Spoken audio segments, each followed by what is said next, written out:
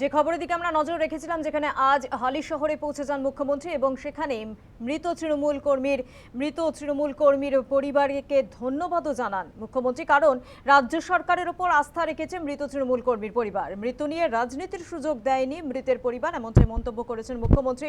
মৃত তৃণমূল কর্মীর পরিবারকে ধন্যবাদ আস্থা রাখায়। গতকাল প্রাক্তন মুখ্যমন্ত্রীর সঙ্গে দেখা করেনি পরিবার, কিন্তু আজ রাজ্যের বর্তমান মুখ্যমন্ত্রী তার সঙ্গে দেখা করেছেন মৃত তৃণমূল কর্মীর পরিবার। মুখ্যমন্ত্রী শুভেন্দু অধিকারী ঠিক কি বলেছেন এই বিষয়ে শোনাবো আপনাদের।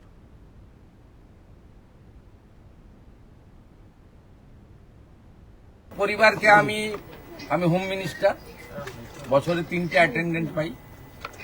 আমি ও স্ত্রীকে আমার অ্যাটেন্ডেন্ট হিসেবে চাকরি দিলাম। উনি শোক কাটিয়ে ওঠার পরে লোকাল থানার সঙ্গে অ্যাটাচ থাকবেন এবং 12 মাস 15,000 টাকা করে এরা পায় অ্যাটেন্ডেন্ট।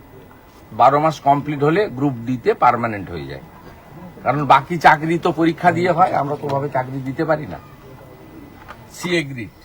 ওরা আমাদের কাছে অর্থ চাইনি, কিন্তু আমি চিফ মিনিস্টার রিলিফ ফান্ড থেকে 10 লক্ষ টাকার একটি চেক আপনার মিসেসকে দিয়েছি।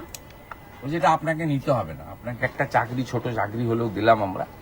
দুটো বাচ্চার নামে আপনি এমআই করে দেন, পড়াশোনাটা দেখতে হবে।